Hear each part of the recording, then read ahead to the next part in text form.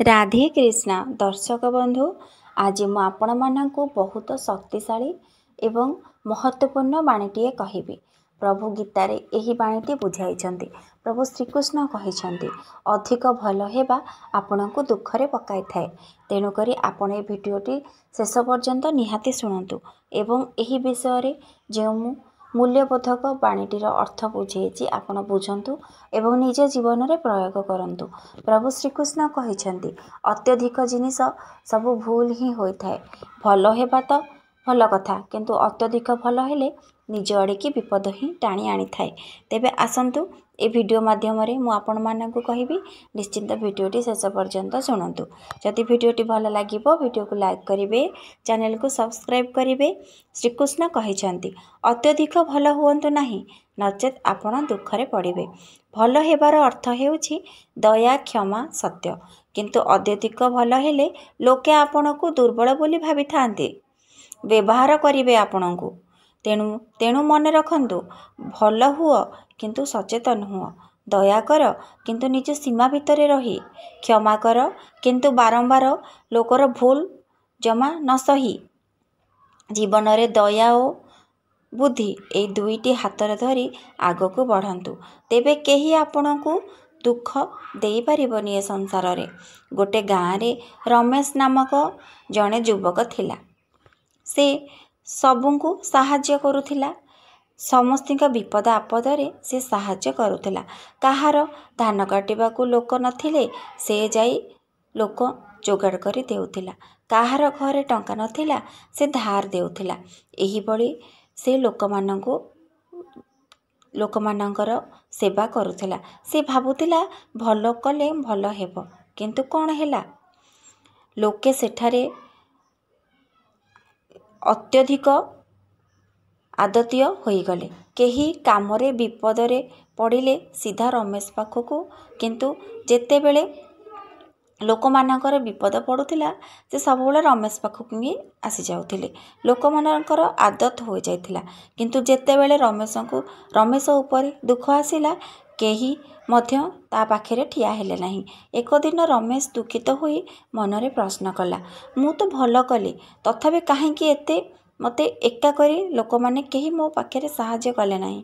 तापरे से श्रीकृष्ण को गीतार कथा मन पकाइला, भल हुओ किंतु सचेतन हुओ, दया कर किंतु सीमा बांध, क्षमा कर किंतु बारंबार सेई भूल को सहनी। से दिन ठारू रमेश बुझिला भल मनीष रहिबार अर्थ नुहे जे निजको दुखरे पकाई देबा, दया सहित बुद्धि एवं प्रेम सहित सीमा, एही हेउछि सत्य सुखर मार्ग।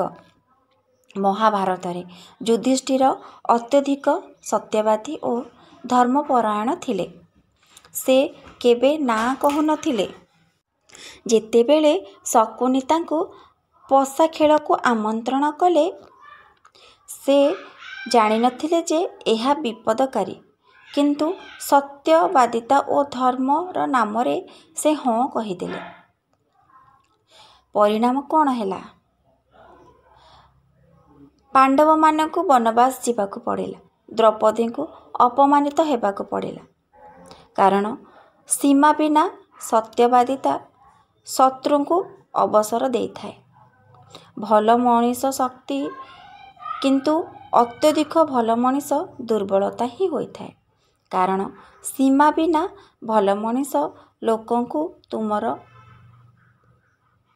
लोकंकु तुम उपरे छाड़ीबाकू शिखाई दे थाए।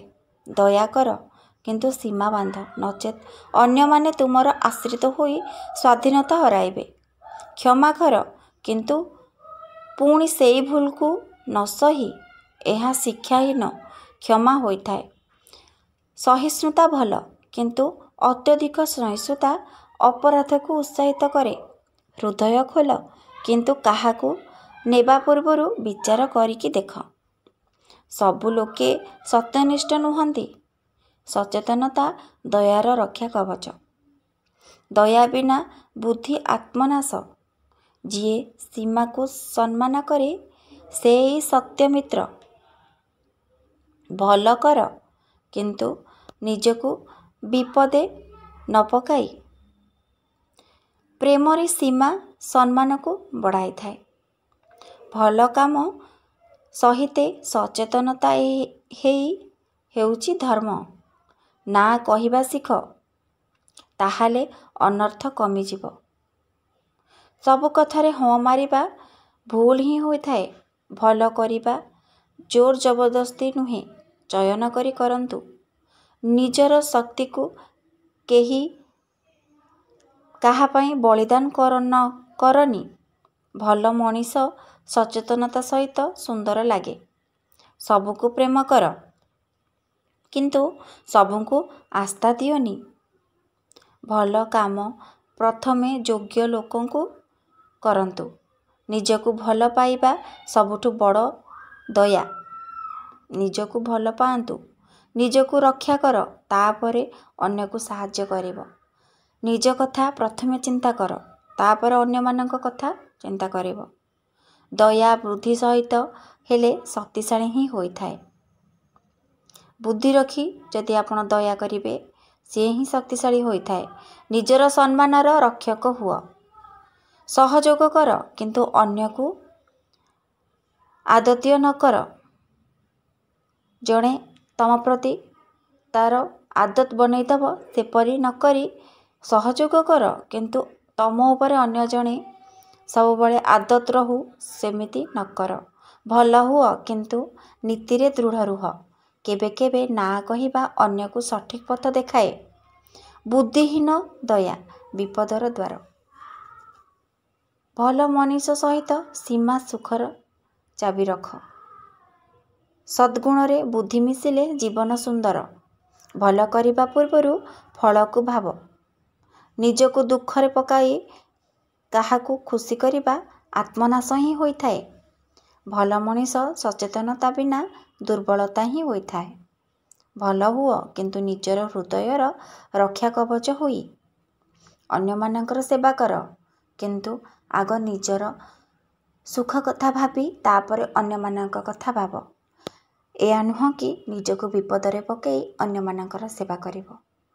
ପ୍ରଥମେ ନିଜର ସୁରକ୍ଷା କର, ପ୍ରଥମେ ତାପରେ ଅନ୍ୟମାନଙ୍କର କରିବ। କାରଣ ନିଜେ ନିଜ ପାଇଁ ଦୃଢ଼ ହେବାକୁ ପଡ଼ିଥାଏ। ଆପଣ ଯଦି ନିଜେ ଦୁର୍ବଳ ହୋଇଯିବେ, ଅନ୍ୟମାନେ ଆପଣଙ୍କ ଉପରକୁ ଆଙ୍ଗୁଠି ଉଠାଇବେ। ତେଣୁକରି ଭଲ ହେବା ତ ଭଲ କଥା, କିନ୍ତୁ ବୁଦ୍ଧିର ସହିତ ଯଦି ତମେ ଧର୍ମ କର, ତାହେଲେ ନିଶ୍ଚିନ୍ତ ଏ ସଂସାରରେ ଜିତିପାରିବ। ଭଗବାନ କହିଛନ୍ତି, ଅତ୍ୟଧିକ ଜିନିଷ ସବୁବେଳେ ଭୁଲ ହିଁ ହୋଇଥାଏ।